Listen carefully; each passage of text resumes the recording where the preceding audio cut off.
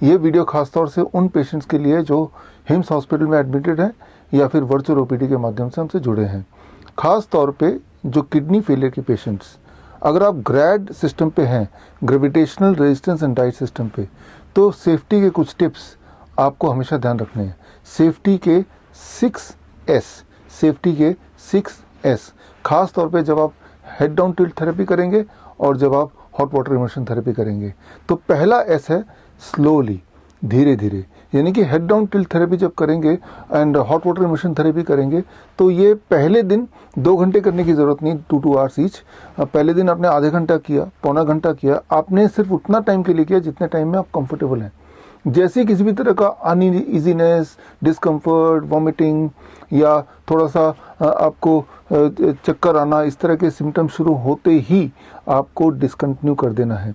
याद रखिए कि जब आप खास तौर पे हॉट वाटर इमर्शन के लिए जाते हैं, HWI जिसे बोलते हैं, तो हालांकि आप बैठे रहते हैं लेकिन आपके गले के ऊपर का जो प्रेशर है that is lesser than the जितना पार्ट पानी के अंदर है। ये जो प्रेशर डिफरेंस है with the heat of 40 degree Celsius, उससे आपके बॉडी के अंदर उस तरह के बदलाव आते हैं जो बदलाव तब आएंगे जब आप कोई जिम में जाके एक्सरसाइज करेंगे। तो हालांकि आप स्टैटिक पोजीशन पे हैं, इवन देन आपके बॉडी में बहुत सारे बदलाव आ रहे हैं। तो जाहिर सी बात है कि इसमें थोड़ी देर बैठने के बाद भी थकान महसूस हो सकती है या हो जाती है, वो एक पॉजिटिव चेंज है। इसका मतलब the first safety is slowly.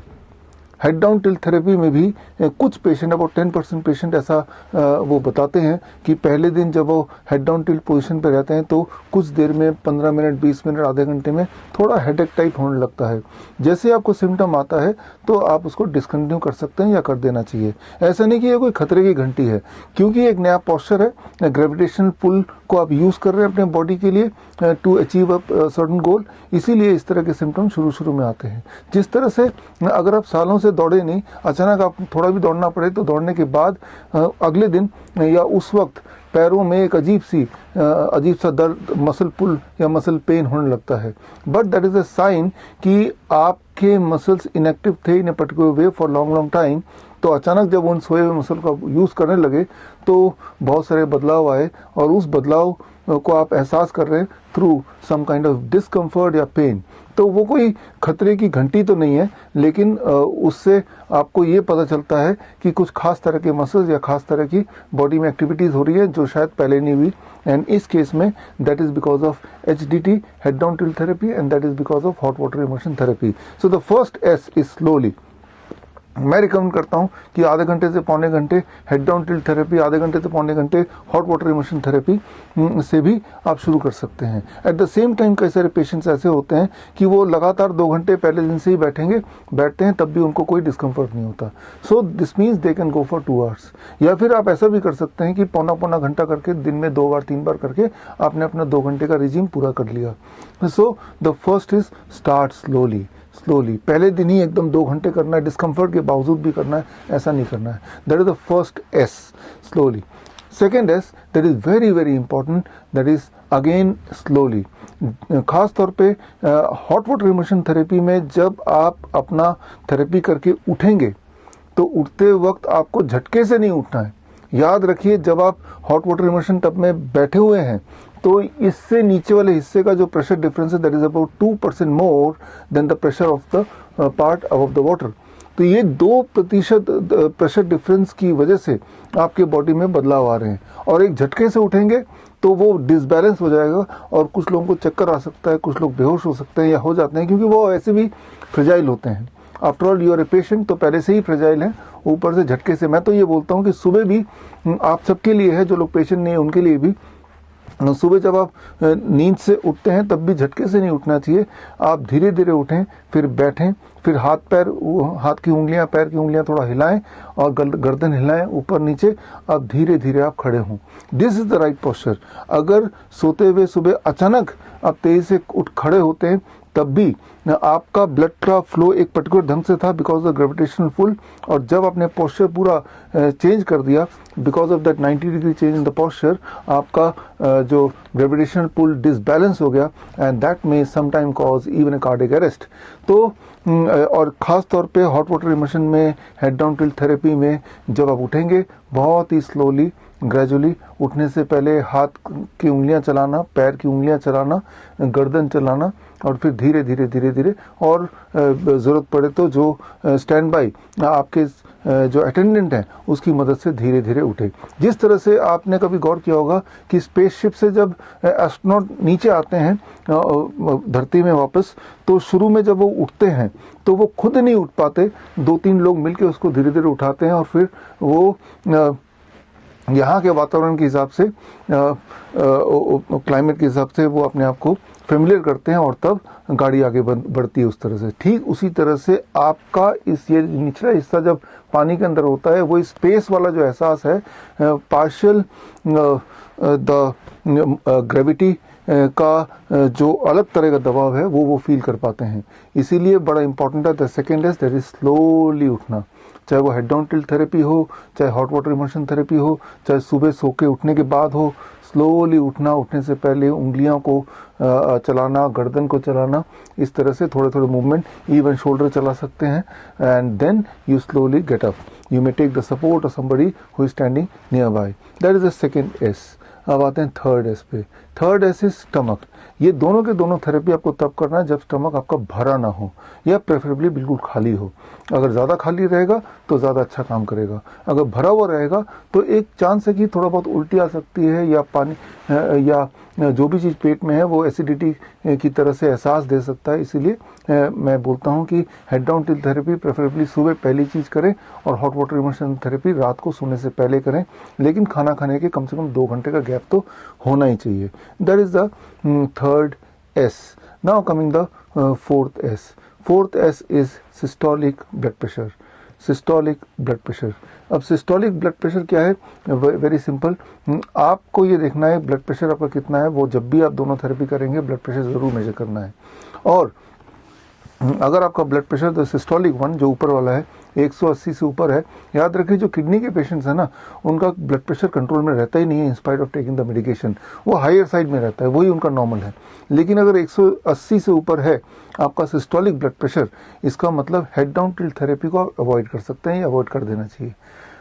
Head down tilt therapy 180 systolic से नीचे हो तो head down tilt therapy is safe. लेकिन 180 से ऊपर है तो हेड डाउन टिल्ट थेरेपी नहीं करेंगे, पहले अपना ब्लड प्रेशर को 180 से नीचे लाएंगे। इस 180 से नीचे कैसे लाना है? Lower leg hot water immersion.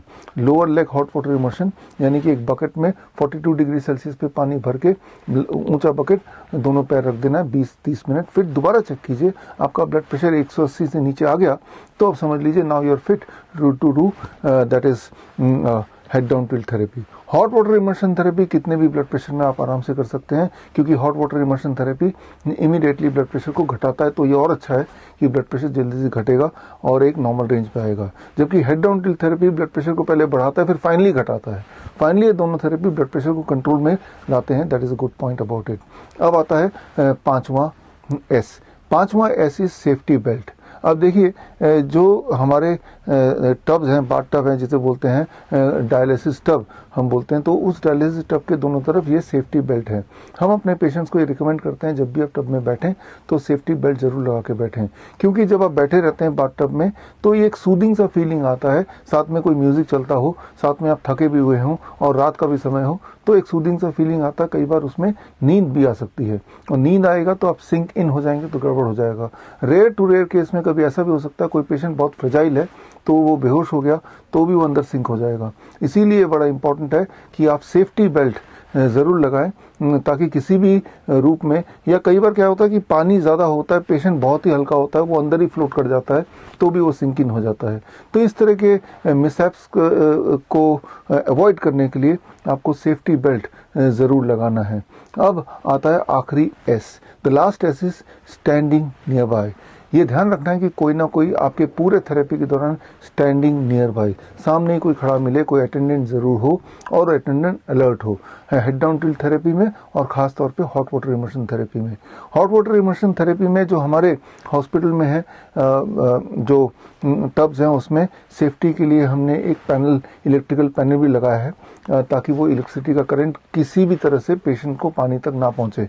आपने कभी देखा भी होगा कि जब आपके जो घर में जो गीज़र होता है, हालांकि वो गीज़र 24 घंटे ऑन रहता है और पानी आप डायरेक्टली टैप से निकालते हैं, नहाते भी उसी गर्म पानी से, और कभी ऐसा नहीं होता है मोस्टली कि उससे करंट आता हो। लेकिन रेयर टू रेयर केस में कभी कभी थोड़ा बहुत करंट आ भी जाता है, that is a fault of the geyser, right. तो गीज़र के फॉल्ट की वजह से कभी कभी रेयर केस में करंट आ भी सकता है। लेकिन हमारे जो बाथटब में सेफ्टी फीचर हमने दिया, वो इलेक्ट्रिकल पैनल जो आपने फ़ोटो में देखा, वो इलेक्ट्रिकल पैनल के अंदर इस तरह के जुगाड़ हैं कि अगर कहीं गलती से वो जो गीज़र जो आपने लोकली ख़रीदा है, उस गीज़र की फॉल्ट की वजह से अगर पानी में करंट आना हो, तो उस वक्त वो सेफ्टी पैनल जो है वो एकदम से एक्टिवेट होगा और जो करंट है उसको स्विच ऑफ कर देगा। यानी कि वो गीज़र से और इवन जो पंप है नीचे, उस पंप से इलेक्ट्रिसिटी को एकदम स्विच ऑफ कर दिया, डिसकनेक्ट कर दिया, यानी कि आप बिल्कुल ही सेफ हैं। तो मैं ये बोलना चाह रहा हूँ कि जब आप ये थेरेपी कर रहे हैं, खासतौर पे hot water immersion therapy, which is already a very safe therapy, इसमें ऐसा कुछ नहीं है कोई साइड इफेक्ट वगैरह, नथिंग डेंजरस, राइट। लेकिन फिर भी ये इंश्योर करें कि somebody should be standing nearby throughout the therapy, somebody should be standing nearby। कोई ना कोई अटेंडेंट आपके पास होना चाहिए जितनी देर तक आप वहाँ पे बैठे हैं। ऐसा नहीं कि वो आप अलूफ कहीं बैठे हुए हैं, किसी को पता भी नहीं है, क्योंकि कई सारे हैजर्ड्स ऐसे हो ही सकते हैं जो ह्यूमन के कंट्रोल में नहीं होते। इसीलिए वैसे भी आप पेशेंट हैं, पेशेंट को कभी कभी ज़रूरत पड़ती है उठने की, कुछ और बातें करने की, तो कोई साथ में रहना ही चाहिए, तभी आप ये थेरेपी करें। सो ये हैं 6S सेफ्टी फीचर जो हर पेशेंट को इंश्योर करना है कि जब आप ये थेरेपी कर रहे हैं तो अपने आप से पूछिए क्या ये 6S का पालन हो रहा है। तो अगर नहीं हो रहा है तो इंश्योर कीजिए ये पालन हो।